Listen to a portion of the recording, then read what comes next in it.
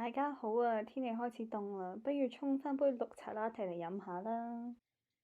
我哋而家加入2至3茶匙嘅抹茶粉，如果你鍾意濃啲嘅話，就可以加多啲；如果你鍾意冇咁濃嘅話，就加少啲，冇所謂嘅。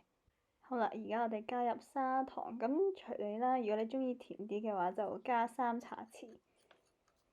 好，而家咧就攞個匙羹，盡量將啲抹茶粉同埋砂糖壓勻同埋撈勻佢。然後就倒入1.5湯匙至2湯匙嘅熱水，咁咧就記住唔好用滾水，即係100度嗰啲滾水，盡量用70至80度嗰啲熱水就好。因為我上網睇嗰啲文章咧話，如果啲水太熱嘅話，啲抹茶粉咧唔夠香，同埋有一陣苦澀味，咁所以咧就盡量唔好用太熱嘅水啦。你而家見我哋咧係分次咁樣加入熱水。點解分次加咧？有陣時你飲抹茶拿鐵咧，咪有啲粉咧喺下邊沉底嘅。咁如果你分次加咧，就可以令到咧啲粉末咧就可以撈得好勻循，唔會有一粒粒嘅粉末咧都係留咗喺個底部入邊。調完出嚟呢個抹茶漿唔應該係好結嘅，應該係偏稀身，有少少似醬，但係再稀少少咁樣啦。抹茶嘅部分我哋已經完成啦，可以去煮奶。咁我就將1盒奶啦倒咗喺個煲入邊，然後用中細火煮到佢有少少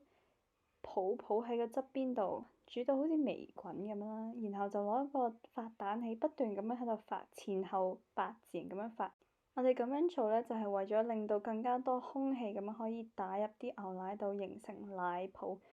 呢個嘅做法咧，有少少似之前嘅400次咖啡咁，不過其實咧呢一個佢形成奶泡嘅速度係快過400次咖啡好多，同埋你見到其實而家咧打咗一陣咧，已經變得好綿密，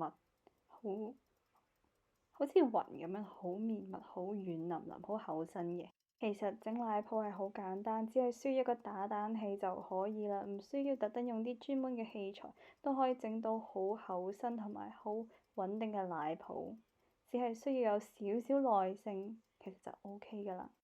我唔係一個專業嘅 barista，但係咧，我發現當我一路加住熱，一路喺度發打奶泡嘅時候咧，佢出到嚟嗰個成品咧係會比較穩定啲同埋厚身啲。咁所以其實我建議你去到當你好似見到我咁差唔多滾嗰陣，你先熄火。呢一個只係我發現到嘅一個現象嚟嘅，其實係冇根據，所以大家如果唔想嘅話就稍為滾嘅話就可以熄火，不斷咁樣發打，其實冇乜所謂嘅。奶泡嘅部分我哋完成咗啦，我哋而家就翻返綠茶嗰邊。我哋而家就將啲牛奶倒入啲綠茶漿度，但係咧就唔好將啲奶泡倒埋入去，因為咧我哋想攪勻咗啲綠茶粉啦，防止頭先我哋冇理佢一陣嗰啲綠茶粉咧會沉咗底噶嘛。咁我哋想攪一攪佢先，跟住先再將啲奶泡好靚咁鋪上去。而家咧，我哋就將個匙羹咁樣將啲奶泡放喺面。自己整綠茶拿鐵最好嘅咧，就係可以揀自己鍾意飲嘅奶，用靚嘅綠茶粉，同埋自己調配啱自己嘅甜度，同埋慳返啲錢，唔需要出去幫襯啲 coffee shop。冬天天氣凍凍地，配上一杯自製嘅綠茶拿鐵，真係暖入心啊！